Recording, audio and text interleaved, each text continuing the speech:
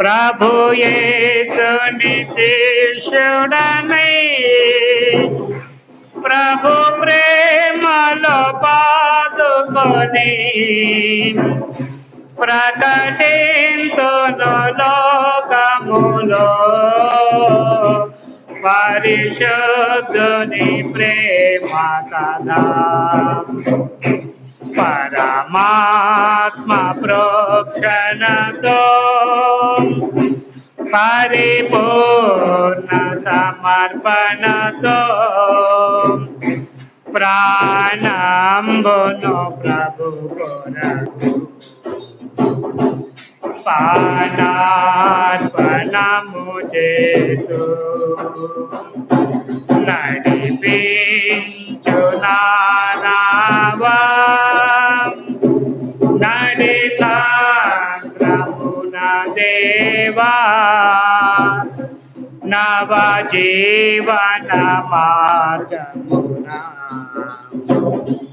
నా జన్మ తరింప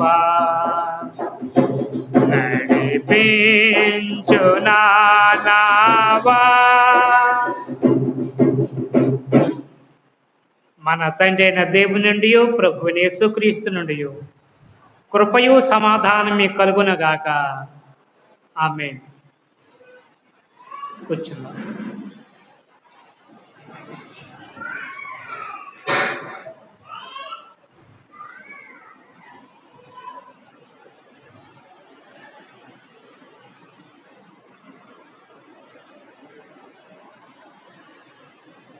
తెలుగు క్రైస్తవులు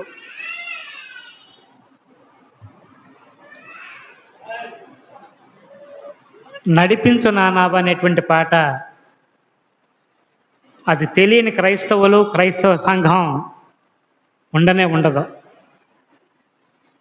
మాసిలమ్మనాజి గారు రాసినటువంటి పాట. కనుక ఆ పాట ఎంత ప్రాచుర్యం పొందిందంటే భిక్షగాళ్ళ నోట కూడా ఆ పాట.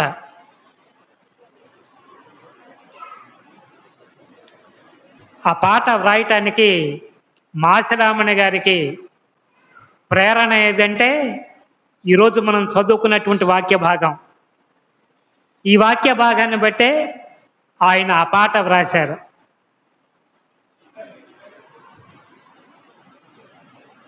లోకంలో ఒక మాట ఉంది.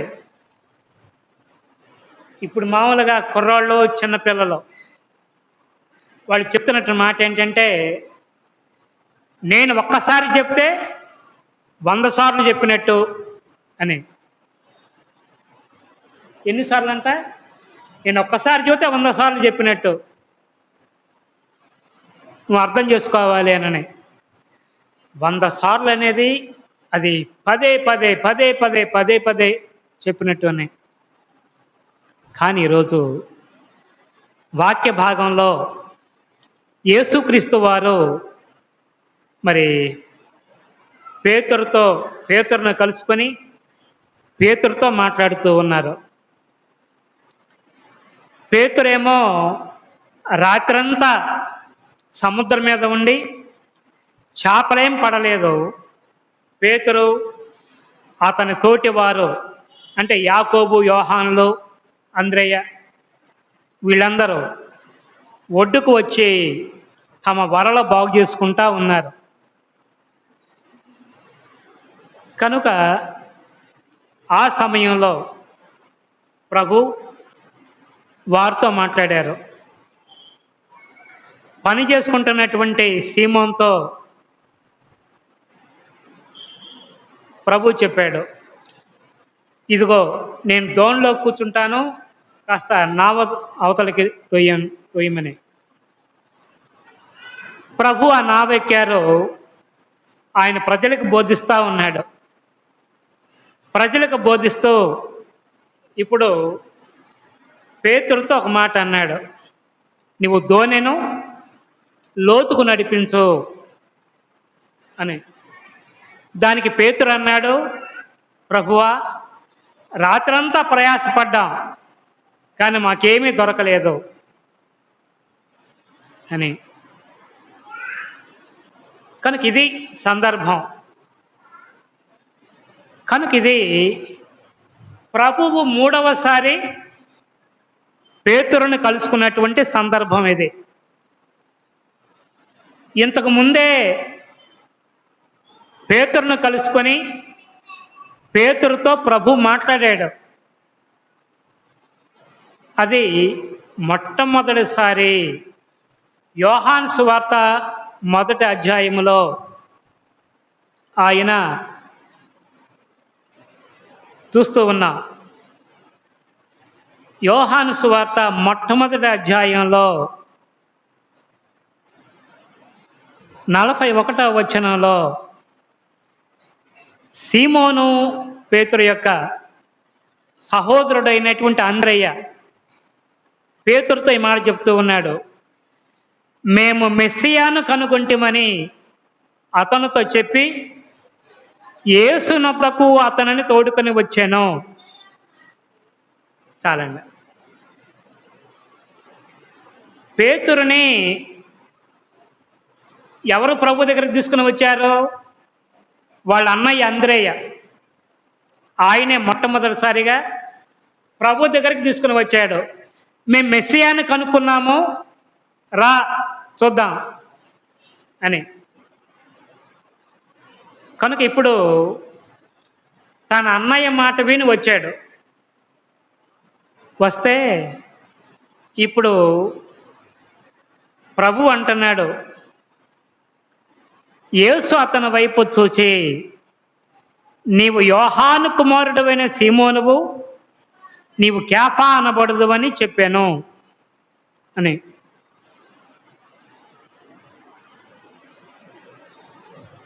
కనుక ఇప్పుడు తన దగ్గరికి వచ్చినటువంటి పేతురునితో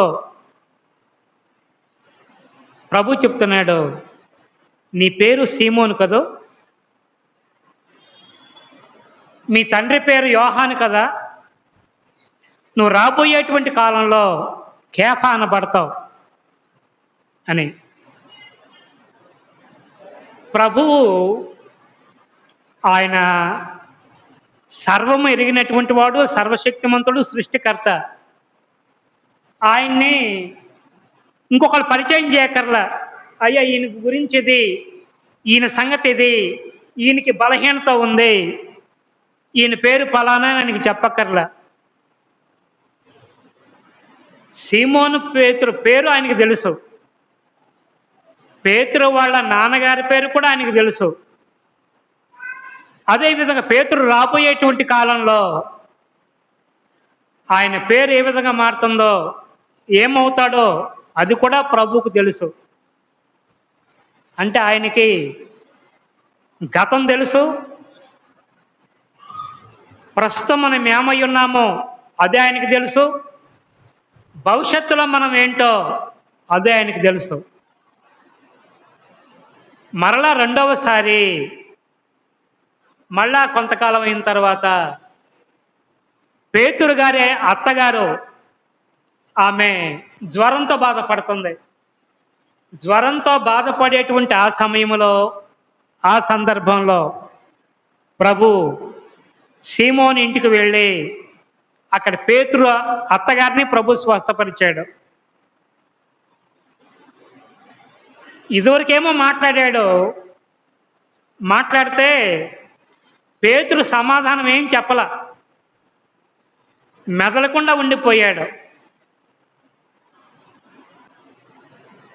కొన్నిసార్లు ఎట్లా ఉంటాయంటే, కొంతమందిని పలకరిస్తే వాళ్ళ గురించి మంచిగా చెప్తారు, కొంతమందిని ఆ పాస్టర్ గారు ఎన్నిసార్లు పలకరించినా వాళ్ళు వింటారు కానీ ఏం మాట్లాడరు. మనం అనుకుంటాం అతడు నన్ను గమనించటం లేదు, నా మాటలు పట్టించుకోవటం లేదని అనుకుంటాం. అయితే ప్రభు ఎవరినైనా కానీ ఆయన ఒకసారి మనం ఆయన మాట వినలేదనుకోండి, మళ్ళీ మన దగ్గరికి వస్తాడా? మళ్ళీ మన దగ్గరికి వస్తాడు, మళ్ళీ వస్తాడు, మళ్ళీ వస్తాడు, మళ్ళీ వస్తాడు. ఎన్నిసార్లైనా ఆయన మన దగ్గరికి వచ్చేటువంటి వాడు. ఎన్నిసార్లు మనం కాదన్నా ఆయన పదే పదే మన వెంట పడతాడు. మనకి పదే పదే తన ప్రేమను వ్యక్తం చేసేటువంటి వాడిలాగా ఉంటాడు. అందరూ ఎట్టా కాదు, బాప్తిస్మ యోహాను ఇదిగో లోక పాపములను మోసుకొని పోయే దేవుని గొర్రెపిల్ల అంటే వెంటనే అందరే వెళ్ళిపోయాడు, ప్రభు వెంట వెళ్ళిపోయాడు. పేతురు అలాగున కాదు.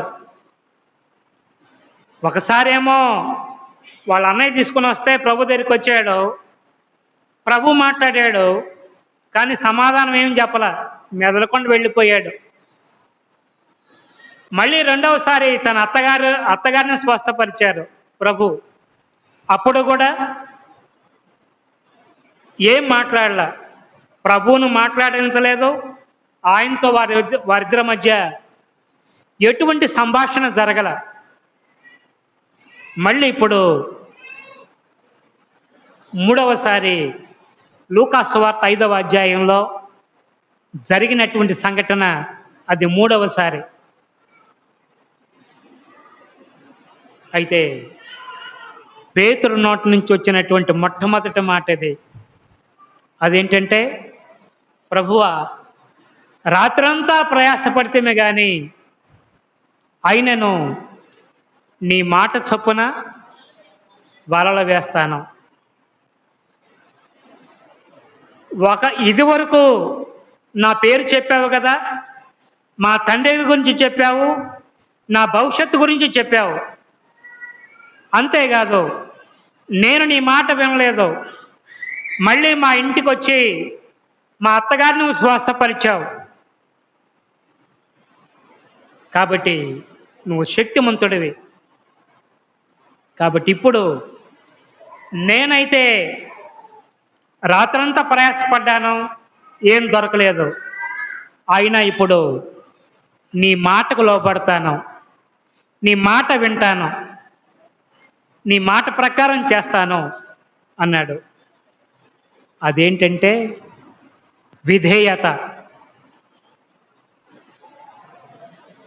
దేవుడు మన దగ్గర నుంచి కోరుకుంటున్నటువంటిది విధేయత.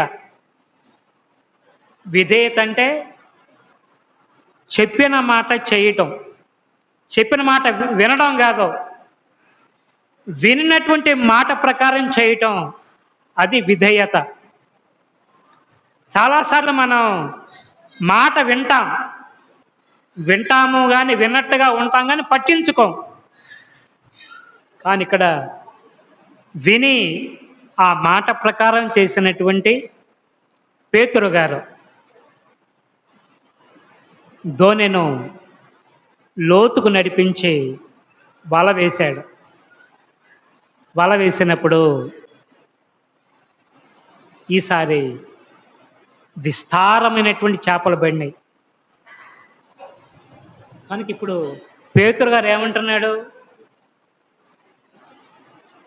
నేను పాపాత్ముడిని, నేను పాపిని, నేను పాపాత్ముడిని, ప్రభువా నన్ను విడిచిపెట్టి వెళ్ళిపో. నువ్వు ఒకసారి నాతో మాట్లాడావు, అప్పుడు నేను నీకేమి సమాధానం చెప్పలా. రెండోసారి నా ఇంటికి వచ్చావు, అయినా అప్పుడు కూడా నిన్ను పట్టించుకోవాలా. ఇప్పుడు నా దగ్గరికి మరలా వచ్చావు, వచ్చి రాత్రంతా ప్రయాసపడ్డాను, నాకేం దొరకల. అటువంటి నా మీద కనికరపడి నీ మాట విన్నటువంటి నన్ను నా దగ్గరికి మరలా వచ్చారు. నువ్వు నిజంగా నువ్వు ఉపకారం చూపటానికి, నువ్వు ప్రేమ చూపటానికి నేను పాత్రుడిని కాదయ్యా, నన్ను విడిచిపెట్టి వెళ్ళిపో అని. అందుకనే ఈ మధ్యాహ్న కాల సమయంలో దేవుడు మనల్ని, ఆయన అన్నాడు, నిన్ను విడువను ఎడబాయను. మన రక్షకుడు మనకున్నటువంటి కష్టాల్లో, సమస్యల్లో మన దగ్గరికి వచ్చేటువంటి వాడు. ఒకసారి పట్టించుకోకపోయినా ఆయన మరలా మన దగ్గరికి వచ్చేటువంటి వాడు. ఆయన మాటలు వింటాం. చాలామంది మీలో చాలామంది లోకంలో ప్రభుని గురించి చెప్పాల్సి వస్తే చాలా బాగా చెప్తారు. అయ్యా పాస్టర్ గారు, మా ఇంట్లో కూడా దేవుడు కార్యం చేశాడు, నా పిల్ల విషయంలో దేవుడు కార్యం చేశాడు, హాస్పిటల్కి తీసుకుని వెళితే డాక్టర్లు ఈ విధంగా అన్నారు, తగ్గలేదు. అటువంటి పరిస్థితుల్లో మరి చర్చిలోకి తీసుకుని వెళితే ప్రార్థన చేయించినప్పుడు అద్భుత రీతిగా మా అమ్మాయి బాగుపడింది. మరి చర్చి క్రమంగా వస్తున్నారామా అంటే ప్రభు మీద నమ్మకం ఉంది, ప్రభు మీద విశ్వాసం ఉంది. కానీ కొన్నిసార్లు మనం ఉపకారాలు అనుభవించి కూడా తిరిగి దానికి తగిన విధంగా, మనకు చేయబడినటువంటి మేలుకు తగిన విధంగా మనం ప్రవర్తించలేం. కానీ పేతురు అలాగూ కాదు. తను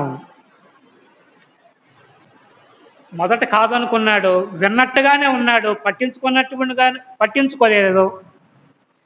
ప్రభు ఇంటికి వచ్చినా అప్పుడు కూడా పట్టించుకోలేదు. కానీ ఇప్పుడు తన కష్టకాలంలో వచ్చినప్పుడు పట్టించుకునేటువంటి వాడుగా ఉన్నాడు.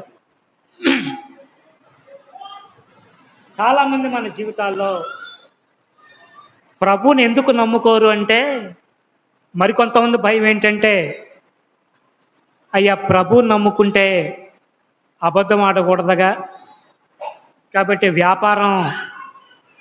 ఉద్యోగంలో, నా వ్యాపారంలో ఇట్లాగుంటుంది, కాబట్టి బ్రతుకు తెరువు అనేది కష్టమవుతుంది, జీవనోపాధి కష్టమవుతుంది, కాబట్టి అందుకని వస్తాను, నిదానంగా వస్తానని.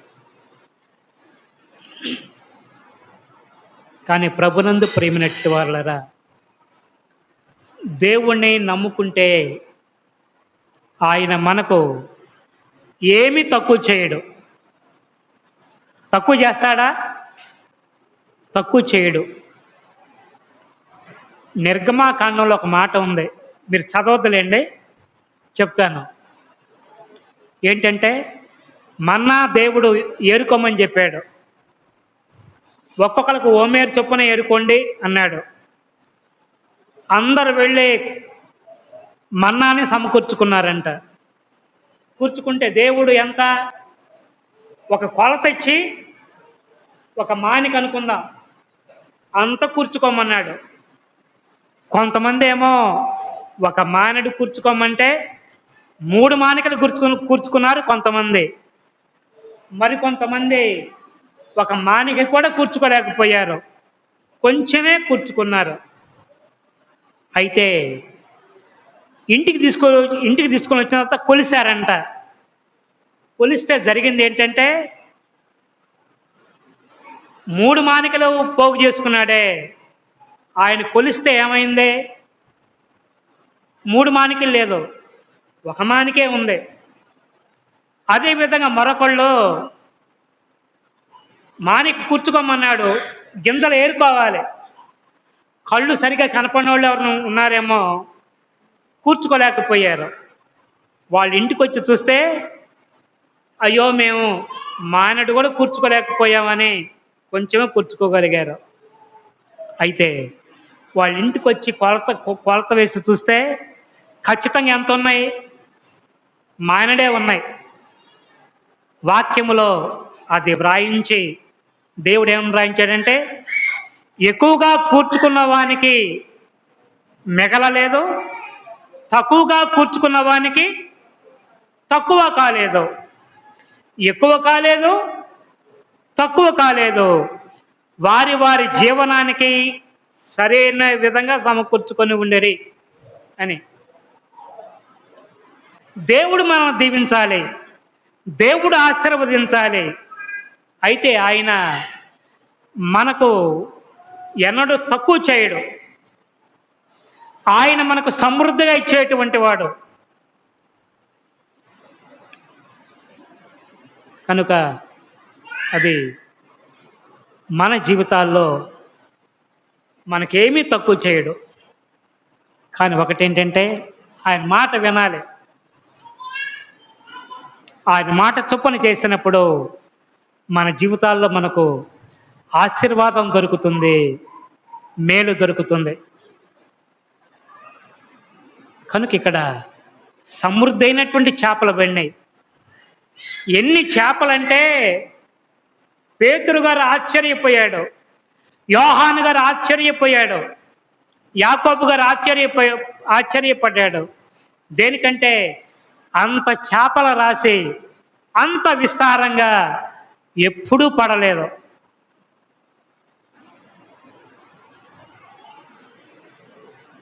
కనుక అంత విస్తారంగా వాళ్ళు సమకూర్చుకున్నారు, వారు కూర్చుకున్నారు.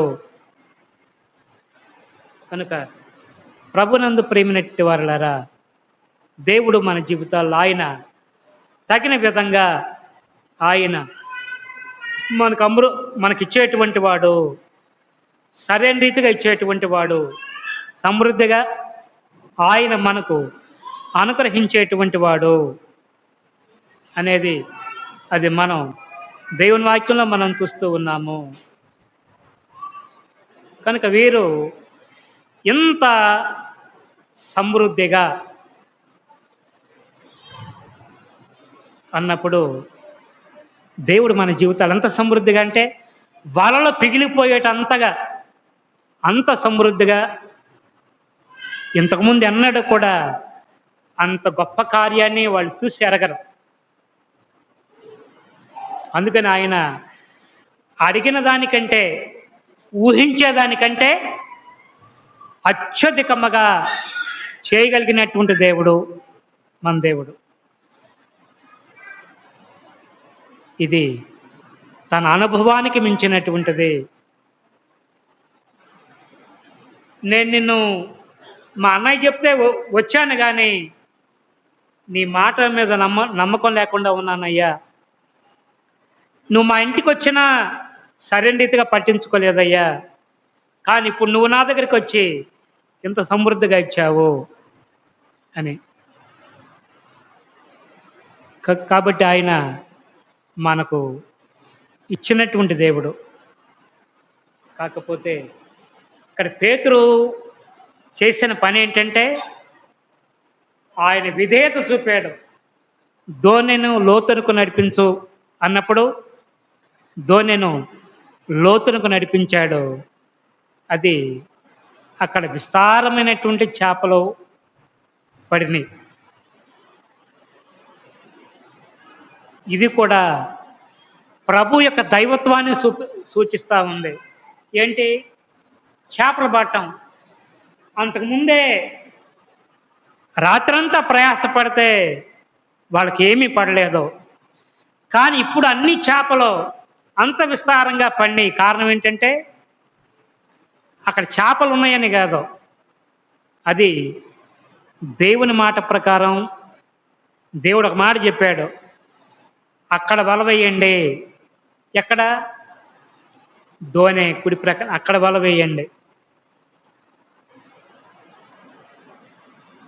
కనుక దేవుడు ఏ ప్రాంతాన్ని అయితే చూపించాడో అక్కడ వల వేయండి అన్నప్పుడు అక్కడికి ఆ నిమిషాల్లోనే ఎన్ని చేపలు పోగైనాయో అవన్నీ వలలోకి రావడానికి ఇష్టపడినాయి, వలలోకి వచ్చేసినాయి. అంటే నువ్వు నేనే కాదు, మనకంటే జీవరాశులు ఎవరి మాట వింటాయి?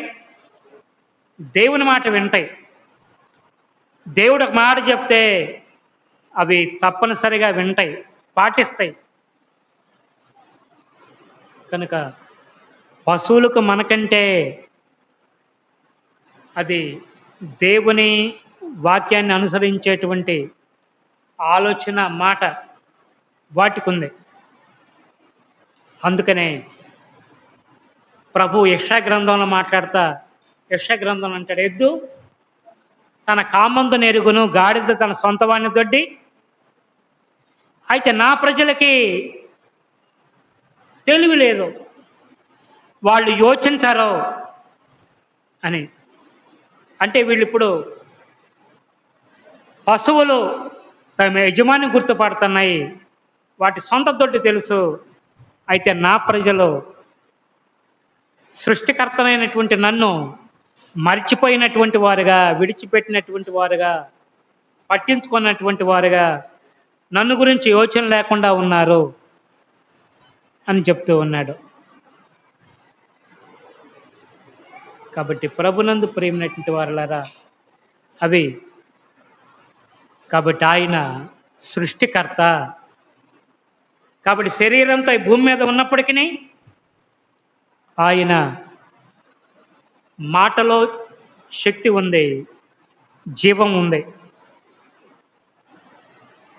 కనుక ఈనాడు మన జీవితాల్లో మనము ఏ రీతిగా ఉన్నామో,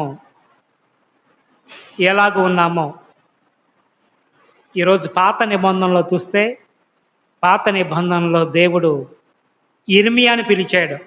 మొదటి అధ్యాయం 4 నుంచి 10 వరకు మీరు చదివారు. ఇర్మియా ఏమంటాడు? నేను బాలుడిని. కానీ దేవుడు అంటాడు, నేను బాలుడిని అనవద్దు, నేను నిన్ను ఎవరికి పంపిస్తున్నానో వాడి దగ్గర నువ్వు వెళ్ళాలి. కాబట్టి నేను నిన్ను నియమించాను, వాళ్ళ మీద నేను నియమించాను. ఉద్యోగం చేయడానికి వయసు ఇంతనే ఉండాలి, 18 ఏళ్ళ నుండి ఇంతనే. ఈ లోకంలో ప్రతి ఒక్క అర్హత అనేది ఉంది. కానీ దేవుని పని చేయటానికి, లేక దేవుడు మనల్ని వాడుకోవటానికి మనకే అర్హత ఉండాలి? ఏ అర్హత లేకున్నా ఆయన మనల్ని ఉపయోగించుకునేటువంటి దేవుడు. నువ్వు ఆయన పట్ల నీకు నమ్మకం ఉంటే చాలు, ఆయన మాట ప్రకారం నువ్వు చేయగలిగితే చాలు, నువ్వు దీవించబడతావు అని. కనుక ఇర్మియాతో దేవుడు అన్నాడు, ఇదే ఈ వచనంలోనే, ఆ మొదటి అధ్యాయంలో ఆయన ఈ మాట అంటాడు. 9వ వచనంలో, యెహోవా చెయ్యి చాపి నా నోరు ముట్టి ఇలాగూ సెలవిచ్చెను, ఇదిగో నేను నీ నోట నా మాటలు ఉంచి ఉన్నాను, పెళ్ళగించుటకును, విరగగొట్టుటకును, నశింపజేయుటకును, పడద్రోయుటకును, కట్టుటకును, నాటుటకును నేను ఈ దినమున జనముల మీద, రాజ్యముల మీద నిన్ను నియమించి ఉన్నాను. ఈ జనాల మీద నీకు అధికారం ఇచ్చాను, ఈ రాజ్యం మీద నేను నీకు అధికారం ఇచ్చాను. కనుక నువ్వు పెళ్ళగించడానికి, విరగగొట్టడానికి, నశింపజేయటానికి, పడద్రోయటానికి, కట్టుటకును, నాటుటకును. కానీ ఇర్మియా తనకివ్వబడినటువంటి ఈ వరాన్ని ఎట్లా ఉపయోగించాడు? పెళ్ళగించటానికి, కూలదోయటానికి, పడగొట్టడానికి వాడుకున్నాడా? అందరూ ఆయన్నే ఇబ్బందులు పెట్టారు, ఇర్మియాని ఎన్ని బాధలు పెట్టారో. కానీ ఇర్మియా అన్నిటినీ సహించుకున్నటువంటి వాడుగా, అన్నిటినీ తట్టుకున్నటువంటి వాడుగా, అన్నిటినీ తాళినటువంటి వాడుగా ఇర్మియాని మనం చూస్తూ ఉన్నాము. కాబట్టి క్రీస్తునందు ప్రియమైనటువంటి వారలారా, కాబట్టి ఈరోజు ప్రభు సన్నిధిలో మనము ఉన్నాము. కాబట్టి దేవుడు ఇక్కడ ఇచ్చినటువంటి మాట, నేను నీ నోట నా మాటలు ఉంచి ఉన్నాను అని. కాబట్టి ప్రభునందు ప్రియమైనటువంటి దేవుని సంగమా, ఈరోజు జూలై మాసంలో ఇది మొట్టమొదటి సంస్కారపు ఆరాధన. ఈ సంస్కారపు ఆరాధనకి ప్రభు మనల్ని తీసుకుని వచ్చారు. కాబట్టి నీవు నేను ఎన్నిసార్లు ఆయన మాట మీద మాట విని కూడా పట్టించుకున్నటువంటి వారుగా ఉన్నాము, విని తిరుగుబాటు చేశాము. అయినా దేవుడు నన్ను ప్రేమించినటువంటి వాడుగా ఉన్నాడు. కాబట్టి ఈనాడు దేవుడు నన్ను ప్రేమించి కాబట్టి నీకు నాకు తన దీవెన అనుగ్రహించాడు. కనుక మన జీవితాల్లో మనం ఏ రీతిగా ఉన్నామో ఈరోజు పేతురు వ్రాసినటువంటి మొదటి పత్రికలో చూస్తే ఈ మాట వ్రాయబడింది. పేతురు గారు వ్రాసినటువంటి మొదటి పత్రికలో ఈ మాటను మనం చూస్తాం.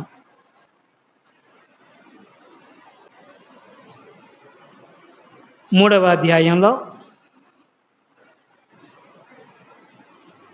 తుదకు మీరందరూ ఏక మనస్కులై ఒకరి సుఖదుఖముల యందు ఒకరు పాలుపడి సహోదర ప్రేమ గలవారును కరుణాచిత్తులను వినయ మనస్కులనై ఉండండి అని అంటూ 9వ వచనంలో ఆశీర్వాదమునకు వారసులమగుటకు మీరు పిలువబడితిరి. చాలండి. దేవుడు నన్ను పిలుచుకున్నాడు. దేనికి పిలిచాడు? ఆశీర్వాదానికి వారసులమవటానికి దేవుడు నన్ను పిలిచాడు. ఆనాడు పేతురు గారిని పిలిచాడు. ఆయన మాట విని సమస్తాన్ని విడిచిపెట్టి పేతురు ప్రభువుని వెంబడించాడు.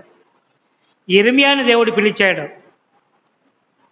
ఎన్ని కష్టాలు వచ్చినాయో అయినా నిలబడినటువంటి వాడుగా, తట్టుకున్నటువంటి వాడుగా, సహించినటువంటి వాడుగా ఇర్మియా ఉన్నాడు. అదేవిధంగా ఇప్పుడు మీరు కూడా ప్రభు నీతో నాతో ఏమంటున్నాడంటే, మీరందరూ ప్రభువుని నమ్ముకున్నటువంటి మీరందరూ ఏక మనస్సు కలిగినటువంటి వారిగా ఉండండి. ఏక మనస్సు కలిగిన వారిగా ఉండి ఒకరి సుఖదుఖముల్లో ఒకరు పాల్పంపులు పొందండి. మీ తోటి వారి బాధల్లో సుఖదుఖాల్లో మీరు పాల్పంపులు పొందండి. వినయ మనస్కులుగా ఉండండి, వినయం కలిగినటువంటి వారిగా ఉండండి. ఆశీర్వాదానికి వారసులగుటకు మీరు పిలువబడ్డారు. కనుక కీడుకు ప్రతి కీడు, దూషణకి ప్రతి దూషణ చేయక మీరు ఉండండి. కాబట్టి రాబోయే రోజులు మంచి రోజులు చూడాలనుకుంటే మంచి రోజులు దేవుడు మనకి ఇవ్వబోతూ ఉన్నాడు. కనుక మీరు చెడ్డవాటిని పలకకుండా, మీ నాలుకను కపటపు మాటలు పలకకుండా మీ పెదవులను కాచుకొనవలెను, కీడు నుంచి తొలగిపోండి అని చెప్తూ ఉన్నారు. కనుక ఈ మధ్యాహ్న కాలపు వేళ మన జీవితాల్లో కూడా ప్రభునందు విశ్వాసం ఉంచినటువంటి మనము అటువంటి మనస్సు, ప్రభు మాటకు విధేయత చూపించేటువంటి మనస్సు, వినే మనస్సు దేవుడు మనకెల్లరకును దయచేయునుగాక. ఆమెన్. సమస్త జ్ఞానానికి మించిన దేవుని సమాధానము యేసుక్రీస్తు వలన మీ హృదయాలకు, మీ తలంపులకును కావలి ఉండునుగాక. ఆమెన్.